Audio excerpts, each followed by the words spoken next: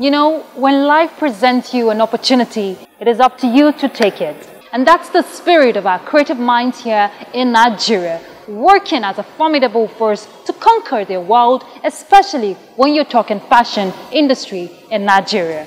Welcome to the place of style, creativity, and high sense of fashion, Today's Style. My name is Ruth Aguwele.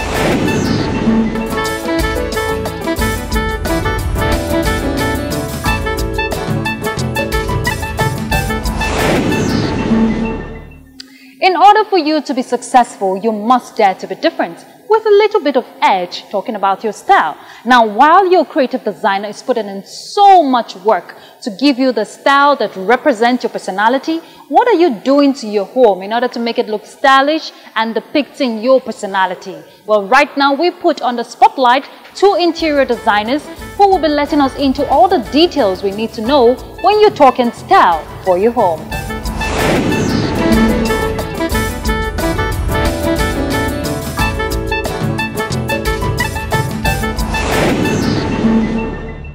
First, and then the width. That's 160. The height. Okay. This is the width. 170. 170. Yeah. So what's the concept you're using? Are we doing roll-up lines, curtains? Yes, we can always give you the option of blinds. Okay. Yes. Okay. Well, at least the blind have to go with the ties or something. Yes. Since here's a bedroom, yes. I think the curtain will do. Yes. For the one feeling. But then for the living room, roll-up blinds or wooden blinds just have a simple, classy look. But that's not for you to decide. You have to work with the client.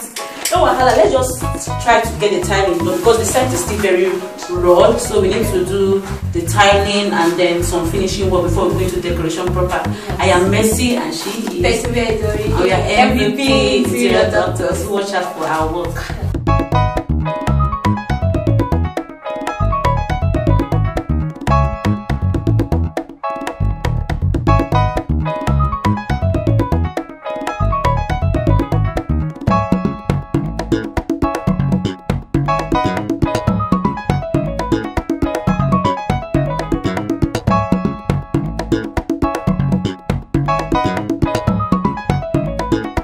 Interior design basically it has to do with the ambience of your home, making it beautiful, making it functional, and just ensuring that the pieces or the artwork or the design of your house work together to create a beautiful ambience. Basically, that is what it's all about. And most of us, to some extent, design our homes. We are designers in some form. Some are gifted naturally. Interior design for me is about what we see around us, how we live, and it's a representation of our style. Like our home, for example, it should represent who we are. When I come into your space, I should be able to tell, okay, this person is stylish, this person is like this, and it has to be functional. I cannot just design a space that is beautiful, at the same time, it's not functional. So you design a space for your client, like who that person is. Wardrobe, for example, like for me personally, I don't like hanging clothes. I prefer to fold clothes. So if you design a wardrobe for me and you just give me clothes to hang, to me that wardrobe is practically useless. I can't do anything with it. So it depends on the person. Your home should reflect a bit of your favorite color. So first of all, know your color. Your color should be in your room. And then like you said, a fashion designer, you should have a lot of beautiful artwork in your home as a fashion designer that reflects beauty of a woman or a man, whatever. You should reflect your profession too. When you're decorating your home, reflect your profession in it. And I love to tell families to put something that reflects love in their home, something that reminds, okay, this family, we are here, we are in it together, we are loving people, you know. And of course, some people like it elaborate, some people like it simple, you know. That's why they have different style in interior design. If you are a very simple person, do minimalist, you know. Don't put in too many things like the eclectic design where you have so many designs in one space. If you're a minimalist person, just do something a simple contemporary style. You can do Victorian, you can do antique, you know, you can do African, all in one space for a very loud fashionista. You try to interpret your person in that space. And so whatever style you are should be able to be reflected in your space.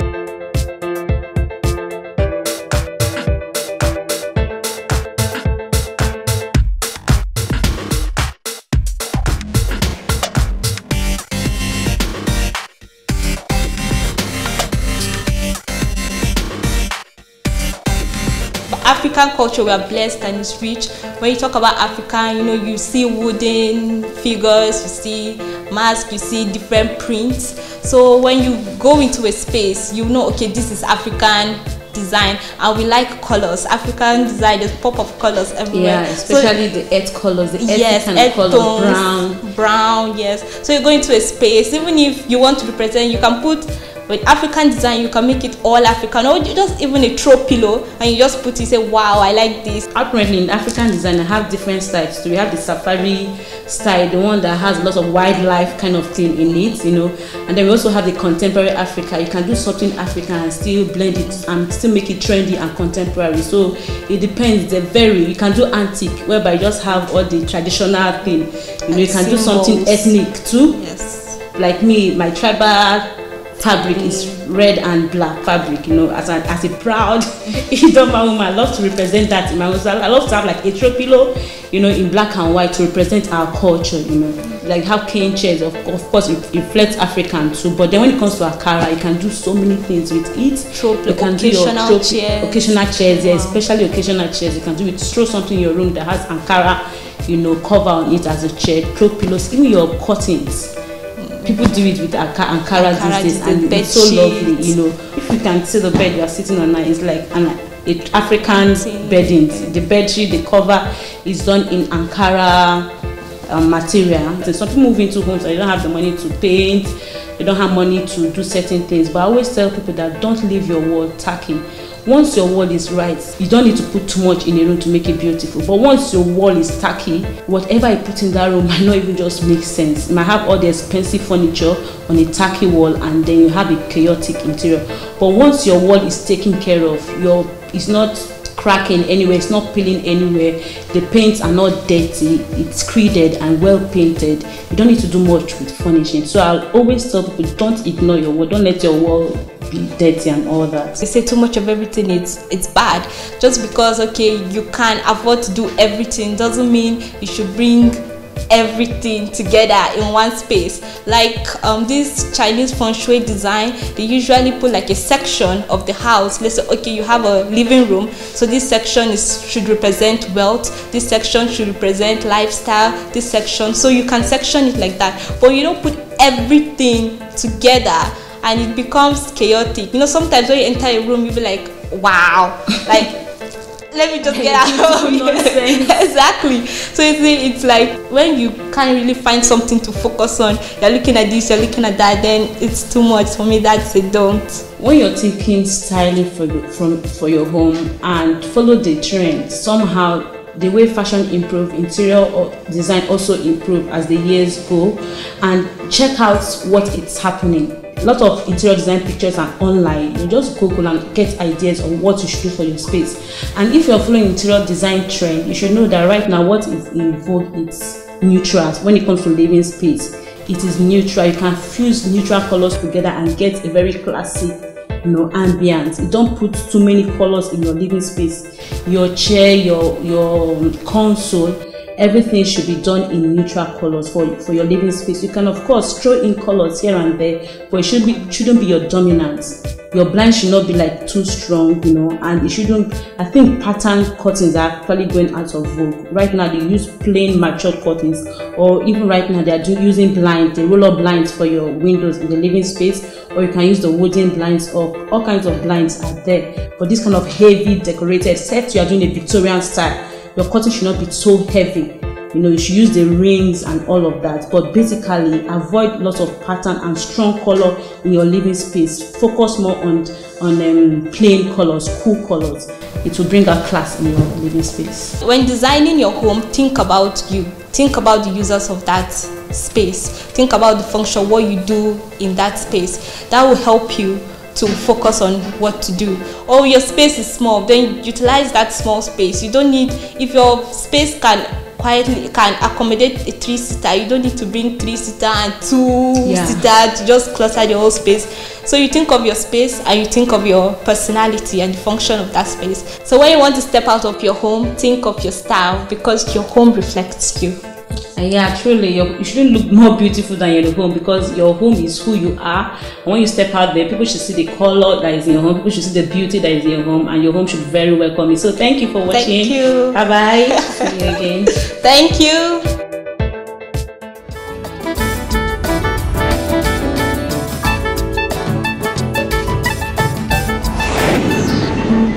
You know, Andrea Putman once said, for a house to be successful, the objects in it must communicate with one another, respond and balance one another. Make your home stylish. And yes, creativity is contagious. Pass it on. That's what someone said. And I know one item that you'll find in most homes, leather. But let's not look at leather for the home. Let's look at leather production in Nigeria, local production of bags and shoes. I know Nigeria has one of the finest leather anywhere in the world. This next report has everything to do with leather production when you're talking classy bags and shoes.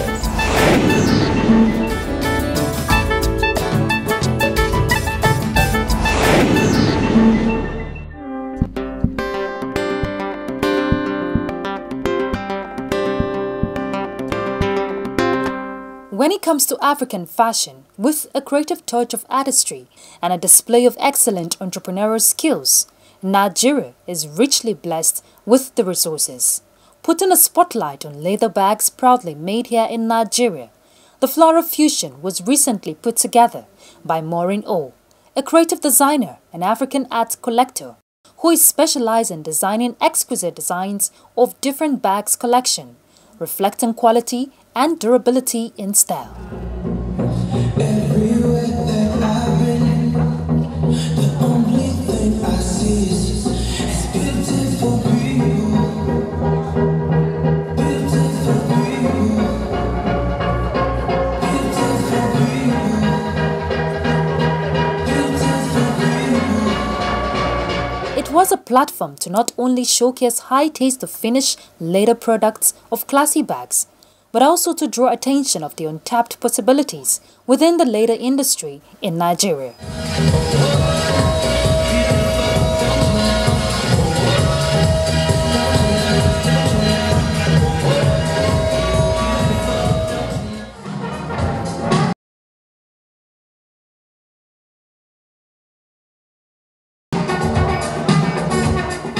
With Nigeria having one of Africa's largest livestock population, the Nigerian Export Promotion Council has identified leather and finished leather goods as having great financial value, capable of replacing oil in the Nigerian economy. No doubt, the benefit of patronizing made in Nigerian products are enormous. Well, no economy that is smart depends on imported goods.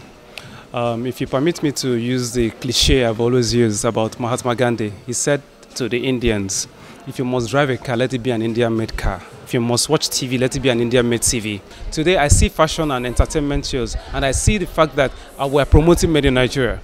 And then when you come to shows where Nigerians are given platforms to showcase what they produce. Now, I like the fact that people now make suits made of Ankara, and now see that handbags are made of Ankara. You know, but my next concern is the Textile Intervention Fund that was created some time ago. How much of that has gone to Nigerians to revive UNTL in Kaduna, where the over 3,000 staff that used to work in UNTL ended up as Okada riders? So we need to revive Akwete in Abia State. We need to revive Adire in the southwest. We need to revive the tie and dye in Kano. We've had our products showcased outside the country several times, and the perception has been amazing. So our products do stand with other other brands globally. Nigerian leather industry has generated about 24.5 billion naira annually with limited support, and it has the capacity to create about 700,000 direct and indirect jobs, as contained in a report from the Bank of Industry. So how can it be a collective responsibility to drive this campaign further? On the eve of another campaign, imagine all of the apparel that will be worn during campaigns made by a young Nigerian designer or a retinue of Nigerian designers. That will translate to income. You know, every year the NYSC mobilizes between 250,000 to 300,000 core members. Now, many of them are trained for 10 days under the Skill Acquisition and Entrepreneurship Department SAID program. Now, when they finish producing, who buys? So we need to look at access to market. Nigerians need to patronize made in Nigeria. I'll give you an example. Every September, schools reopen. How many of the uniforms are Nigeria? It will shock you that many private schools, I don't know about the government schools, fly to China to go bring in uniforms. If each of those schools committed to 100 uniforms from young fashion designers. Now, I don't think if we focus on that, Nigeria will be dealing with a budget of 8.4 trillion in 2018. Next 5 years or so, we see ourselves as the leading producer of exquisite and excellent leatherworks out of Nigeria to the world, and having at least 5 major outlets in 5 different cities around the world. With the continuous demand comes the substantial production. With extensive development of the leather industry in Nigeria, implementation of appropriate policies, improved quality of finished products, Nigeria could become globally recognized as a major player in the industry, which is yet to be fully untapped.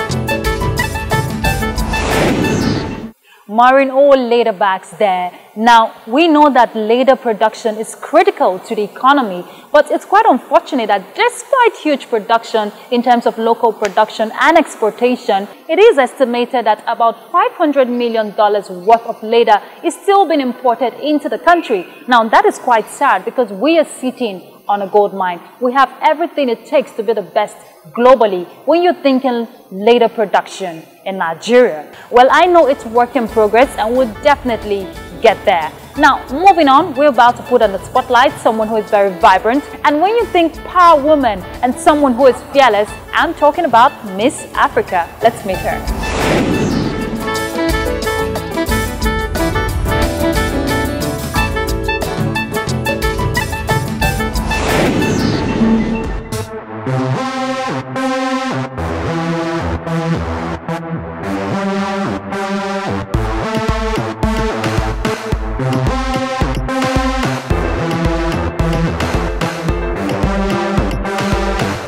Everybody, my name is Hasiangwe Balopi, all the way from Botswana, and I am the reigning Miss Africa 2017-2018.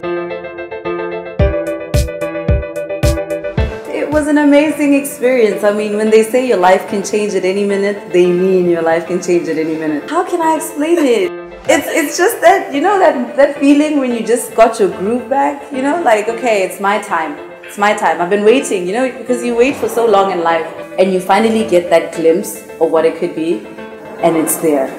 It's yours. It was scary at first. I mean, you think about all the things you've heard about pageantry, and I also do not have a large background when it comes to pageantry. But, well, fashion is another story. But I mean, it was scary because you never know how deep they're going to throw you into the deep end. But hey, a big girl has to swim. So I knew that by the end of the night, I wanted everybody to remember me. I just wanted to engage with the crowd. I wanted them to know that, hey, there was that girl from Botswana, you know, she just had it all on lockdown. I think for the longest time, pageants have been misconstrued as a place where you only find beautiful girls. For me, a Miss Africa, or what it takes to be Miss Africa, is beauty, and not just beauty, but brains. You have to be able to know current affairs. You're supposed to have a background in anything that you do. For example, if you go into a marketing industry, you need to say something about marketing, you know, and not just something, but something with quality, something with potency. So for me, a Miss Africa is a woman of power, is a woman who is relevant, and is a woman that can do absolutely anything. Growing up, I think I've always known that I was going to be great. I've always known that I was going to have a huge impact on the world.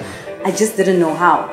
You know, I mean, I don't think it comes to you just like that, like, hey, I'm going to enter a pageant called Miss Africa, I'm going to win and become Miss Africa. But I think it's one of those things that catapulted me into going into different things. I'm an entrepreneur. I love fashion. I started modeling a lot, but not generally at home, but a lot of times in South Africa.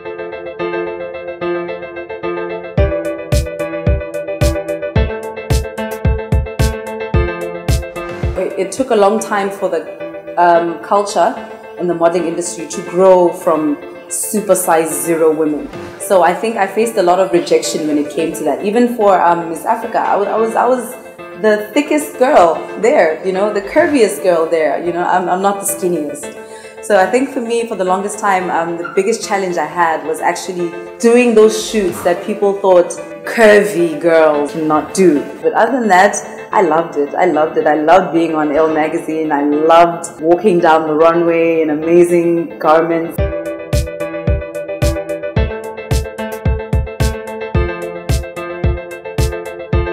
I'm an ambassador of climate change and migration. So entailing all of that and what I do took after that, and I do my water tree campaign where we're trying to provide boreholes for rural areas for them not to walk long distances to get water. So I'm basically giving life, which is giving water. And then my second pet project, which is very, very close to my heart, is the migration bit. I visit IDP camps. Basically, when we go there, we make sure that we don't just go there, you know, to see them, but we go there to get a feel of what they went through when they left their homes and they were displaced and had to go through inhumane standards of living as accustomed to what they're used to, and find out how they're adjusting to it. You know, bring a couple of donations there for them to help them, focus on the women and the children, trying to leave a little mark in somebody's heart.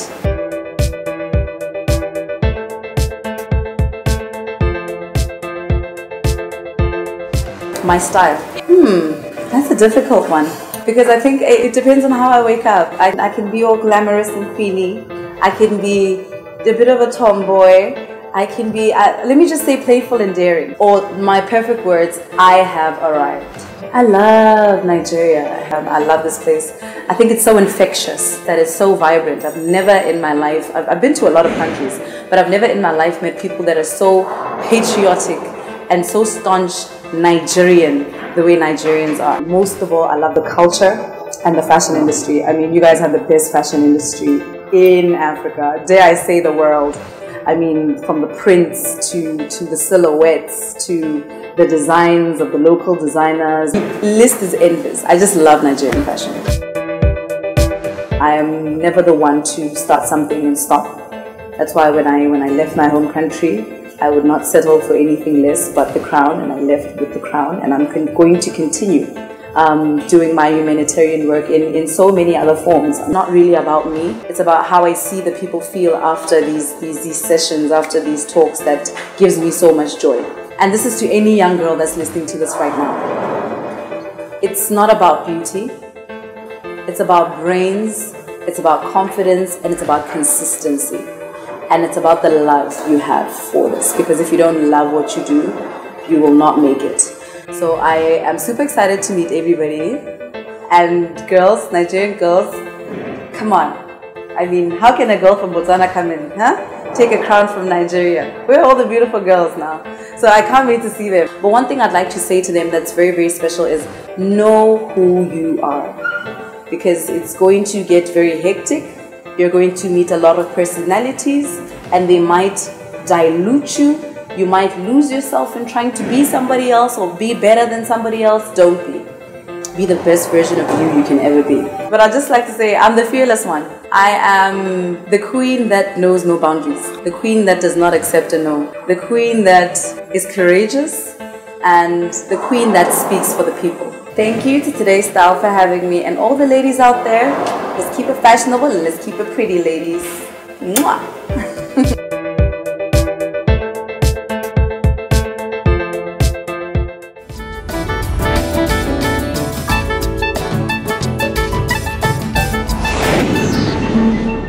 Miss Africa, they are breaking boundaries, setting goals, and they call her the fearless one. And we wish her the very best. And to every power woman out there breaking boundaries, kudos. And not forgetting the men too, breaking boundaries. Well done. You know you can be the best of the best. Just believe you can. And That's it on today's Style. Thank you so much. You've been a great company. But do well to like us on Instagram. Follow us. It's at NTA_Todays_Style. We're open for your suggestions, your comments, and what more you want to see us patronize here, especially made in Nigeria. Now, remember to keep that smile burning because that's your style. My name is Ruth Aguwele. Bye-bye.